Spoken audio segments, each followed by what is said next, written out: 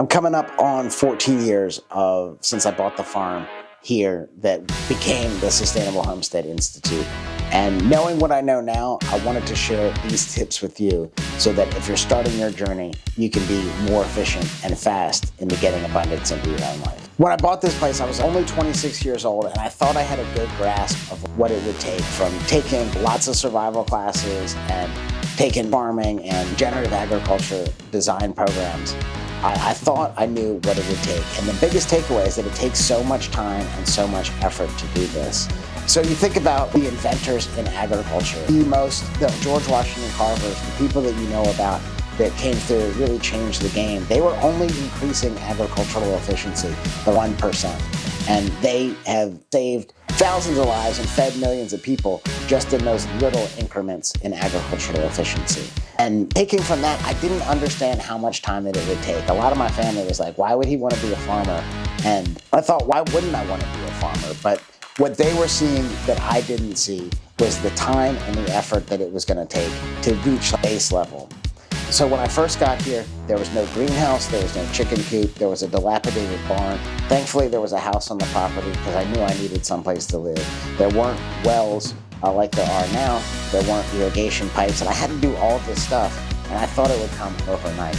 And you think that, well, I can just pay a contractor and have it done. Well, you can, but truth is, it's probably not going to be done right. And it takes time for you to learn these skills and then implement those and then learn how you can correct those skills and do it better the next time. That's why when we're on the second farm now, we're way fast in our execution of things. It's because we took the decade plus to learn those skills. So the first thing I want you to take away from this is that you can't buy experience. Sure, you can have mentors do it faster, but the only way to get good at anything is reps. It's all reps, whether it's weightlifting, whether it's farming. Warren Buffett has that quote, you don't got to swing at every pitch, you just got to swing at the good ones. But you have to swing at enough pitches to recognize which ones are good and which ones are bad.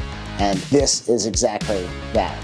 On a long enough time scale, you'll get the reps, you'll know how to do things faster, but it only comes from doing it and failure that you become good. Failure is absolutely acceptable, but quitting is not. The second thing is you have to observe before you act. There's so many times that I've been quick to do stuff just for the sake of seeing progress that I didn't take the time to read what the landscape was telling me to do. When I first built the greenhouse, I thought about putting it in other spots. And you don't want to put a greenhouse in a shady spot. And thankfully I didn't do that, but it was only from taking the time to settle into the landscape and see where the sun is hitting the property first. And it's easy to think in a survival situation that you can come in and just start cutting down trees and start affecting the landscape the way that you want. When honestly, like, animals are instruments played by the landscape, and the landscape is playing us just as much as we're playing the landscape. But by observing and taking the time to create a good plan in observation with the way that nature is designed and nature intended, that's how we can save ourselves the most frustration and ensure the most abundance when we do actually go to building things, when we do putting in garden beds or having rotational grazing systems. It's easier because that's where they need to be. The land is telling you what to do, and the only way that you can listen to what the land is telling you is through observation. We don't want to put cows in a forest. We don't want to put goats on a prairie. We want to think and observe what those animals like, what is their habitat like, and build a habitat that's closer. So if you have woodlands on your property, that might not be a cow area, but it might be better suited for pigs. We just have to have a large enough toolbox that we can implement it based on our observations in an area. The last takeaway from this is that you need a community and you need people to help you. You cannot do it alone.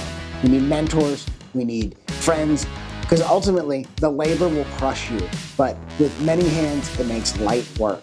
David Goggins says, who will carry the boats? But what we should be focused on is the rising tide lifts all boats. So if we're growing good gardens, our neighbors are growing good gardens, we have rotational management of livestock, and everybody is abundant and successful, that only increases our level of success in the long run.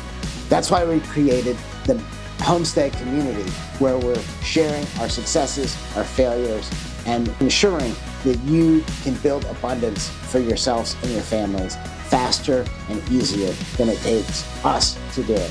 That's the whole thing. That's our whole mission, is to make sure that you can get back to the land cheaper, faster, more efficiently. So ultimately, you have more abundance and more time with your family. That's really what matters.